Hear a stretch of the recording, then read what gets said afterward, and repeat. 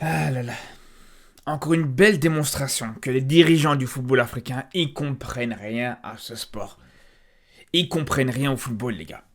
Je vous le dis, la décision de la part des dirigeants de la fédération malienne de virer Eric Schell, leur sélectionneur, pour moi, c'est une décision qui est complètement stupide. Je vais vous dire pourquoi, les gars.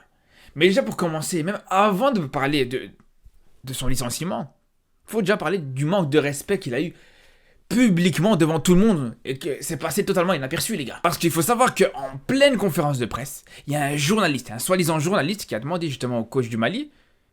Il a dit: ouais frère, est-ce qu'il n'y a pas moyen de dégager, s'il te plaît? Bon, il lui a pas dit comme ça, mais j'ai même envie de dire que c'est encore pire. C'est vraiment pire. Les gars, regardez-moi ça.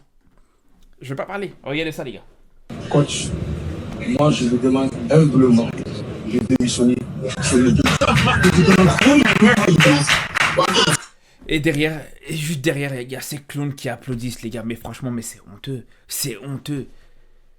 Je vous demande humblement de démissionner, mais c'est n'importe quoi, les gars. C'est n'importe quoi. Déjà, la phrase, elle veut absolument rien dire. Comment tu peux dire que je demande humblement que tu démissionnes?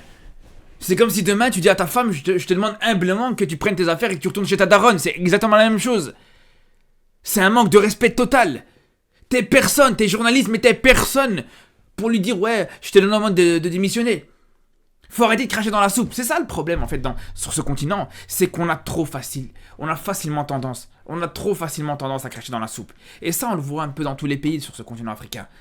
Et on le voit même encore actuellement. Encore hier, j'ai fait une vidéo sur Ziyech, parce qu'il y a beaucoup de Marocains qui demandent que Ziyech soit plus convoqué. Il y a beaucoup de Marocains qui crachent sur Ziyech. Pareil pour Regragui. Mais bref, c'est pas le sujet. C'est pas le sujet aujourd'hui. Tout ça pour vous dire, voilà. Là, je parle du Mali, mais c'est le cas un petit peu partout. Mais aujourd'hui, à partir du moment où tu vois que Eric Schell, il fait une très belle CAN, les gars, je suis désolé. C'était sa première CAN. Il a fait vraiment des très très belles choses. Il peut pas faire des miracles comme ça en arrivant et directement régler tous les problèmes qu'il y a dans le football malien depuis des années. Le mec, il a quand même franchi ce plafond de verre que le Mali n'avait plus atteint depuis 20 ans. Ça faisait 20 ans que le Mali avait plus dépassé justement les huitièmes de finale de la compétition. Et aujourd'hui, t'as Eric Schell qui te qualifie cette équipe du Mali en quart de finale. En plus, dans un contexte, on va dire, un petit peu compliqué. Contre un adversaire très relevé, vu que ça a été justement cette équipe de Côte d'Ivoire contre qui s'est fait éliminer le Mali, ça a été les futurs champions en titre. Donc ouais, c'est vrai que t'as perdu contre cette équipe de Côte d'Ivoire qui t'est réduite à 10 et tout ça. Ok, c'est vrai. Mais les gars, au bout d'un moment, il faut quand même remettre les choses en contexte. Cette défaite, elle est inadmissible, je suis d'accord avec vous. Mais là où il faut remettre les choses en contexte, c'est que la Côte d'Ivoire a tapé tout le monde dans cette CAN. Ils ont même tapé les Sénégalais qui étaient champions en titre à ce moment-là. Donc au bout d'un moment, les gars, quand tu vois ça, quand tu vois sur sa première CAN ce qu'il te propose, je pense qu'il y a un minimum de respect à avoir. Parce que ouais, bien sûr que sportivement, et je suis le premier à dire, je l'ai dit après le match contre le Ghana, sportivement, cette équipe du Mali, elle va pas bien du tout. Sportivement, il y a des choses qui bloquent, il y a des choses qui coincent. Mais c'est pas la faute du coach. Ou en tout cas, ça demande à ce que le coach travaille là-dessus. Mais le coach en soi, il est là, il met une tactique en place. Mais quand tu vois les joueurs qui sont sur le terrain, qui te ratent énormément d'occasions, qui te commettent des erreurs individuelles, quand tu vois que, allez, sur le premier but du Ghana contre le Mali, on voit que clairement, Falaye Sako, il se fait totalement avoir sur son marquage. Qui perd totalement son duel parce qu'il est trop laxiste, justement. Qu'est-ce que vous voulez qu'Eric Schell fasse de plus? Est-ce que vous voulez que c'est lui qui aille défendre justement sur l'attaquant ghanéen? C'est pas possible, les gars. Pareil pour Kouyaté, t'arrives à la 90e minute. Tu joues la fin du match, t'es là, t'as un point du match nul contre une équipe du Ghana. Et Kouyaté, avec l'expérience qu'on connaît de sa part en Ligue 1, le mec il fait quoi? Il perd un ballon dans ses 16 mètres. Il n'est pas capable de dégager ce ballon, les gars. Footballeur professionnel qui a des années de Ligue 1, de Ligue 2 dans les jambes. Il n'a pas suffisamment cette expérience, cette lucidité pour pouvoir dégager ce ballon et le renvoyer dans le camp adverse sur cette dernière minute. Qu'est-ce que vous voulez qu'Eric Schell fasse à ce niveau-là? Si tu as des joueurs qui ont une mentalité, qui ont un mental catastrophique, qui ont un mental de petit gamin de 12 ans, qu'est-ce que vous voulez que le coach fasse là-dessus? Alors je sais, vous avez beau me dire: ouais, non, mais c'est Eric Schell qui choisit les joueurs, c'est le coach qui choisit les joueurs. Mais les gars, au bout d'un moment, je veux bien que c'est le coach qui choisisse les joueurs. Mais qu'est-ce que tu veux qu'il choisisse comme joueur? Qu'est-ce que vous voulez qu'il vous fasse de plus? Qu'il ramène N'Golo Kanté? Qu'il lui redonne la nationalité malienne? Il peut rien faire. Il fait avec ce qu'il peut, avec les joueurs qu'il a à sa disposition. Parce que, d'une certaine manière, c'est ce qui est dommage. C'est que les joueurs qu'il a mis en place, qu'il a mis dans ces matchs-là, c'est les meilleurs joueurs qu'il a à sa disposition. Il peut pas avoir mieux. Si à la limite, il t'a laissé, je veux dire, à la maison, un grand défenseur d'expérience, ou quelque chose comme ça, j'aurais dit à la limite, pourquoi pas? Mais là, c'est pas le cas, les gars. C'est pas le cas du tout. Dites-moi, est-ce que vous connaissez d'autres joueurs avec la même expérience que Falaye Sako ou que Kouyaté en Ligue 1, par exemple? Un autre joueur malien qui a autant d'expérience que ces deux-là? Non, il n'y en a pas, les gars. Donc, il est là le problème. C'est pas de sa faute. Lui, il met les joueurs qu'il a à sa disposition. Après, bien sûr que il y a un problème mental dans cette équipe. Peut-être que lui aussi, il doit apprendre à avoir un discours qui booste peut-être plus et qui rend peut-être ses joueurs beaucoup plus concernés dans les matchs pour qu'ils ne craquent pas mentalement. C'est une réalité aussi. Mais il faut lui laisser le temps de travailler, les gars, encore une fois.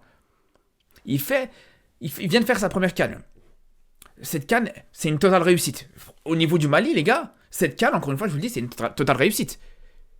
Personnellement, même si, encore une fois, la manière, elle est là, c'est vrai, ok, je suis d'accord avec vous, mais au niveau comptable, arriver comme ça en quart de finale, quand t'es le Mali, les gars, t'es pas le Brésil, avec tout le respect qu'on a pour cette équipe du Mali, c'est pas le Brésil, c'est pas, même à l'échelle africaine, c'est pas le Nigeria, c'est pas le Cameroun. C'est clair qu'avec tout le respect qu'on a pour cette équipe du Mali, c'est pas la meilleure équipe qu'on a sur le continent, et malgré ça, le Mali sur cette CAN va plus loin que beaucoup de nations africaines sur le continent, justement.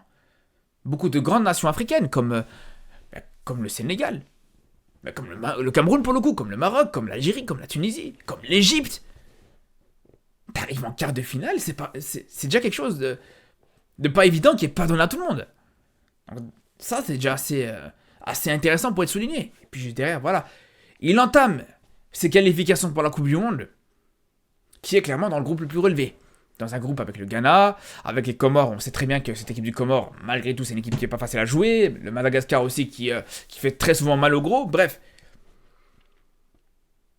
Là aussi, tu peux pas forcément lui demander de miracle. Alors bien sûr, encore une fois, que cette défaite contre le Ghana, ce match nul contre Madagascar, le match nul de la dernière fois contre la Centrafrique, c'est très décevant, je suis d'accord avec vous. Mais voilà, c'est sa première, c'est ses premières qualifications pour la Coupe du Monde. Faut lui laisser le temps. Et surtout, moi, ce qui me rend fou aussi par rapport à ça, et c'est là où je trouve que, justement, les Maliens, les dirigeants maliens, les supporters maliens, les journalistes maliens, ils sont hyper ingrats avec leur coach, c'est que quand on voit, justement, t'as une CAN qui est intéressante, t'as, globalement, un début de qualification pour la Coupe du Monde qui était pas mal, même si juste derrière, voilà, tu t'es raté. C'est une deuxième chose. Et troisième chose, surtout, et c'est là où c'est paradoxal, et c'est là où je trouve que, encore une fois, les dirigeants maliens, les supporters ou les acteurs du football malien ont la mémoire très courte, c'est que quand on voit rien que sur le dernier rassemblement, les frères, sur le dernier rassemblement, on se rappelle que le Mali a réussi à battre sur les deux matchs. C'est une victoire contre la Mauritanie et une victoire contre le Nigeria. 2-0 sur chacun des matchs, si je dis pas de bêtises.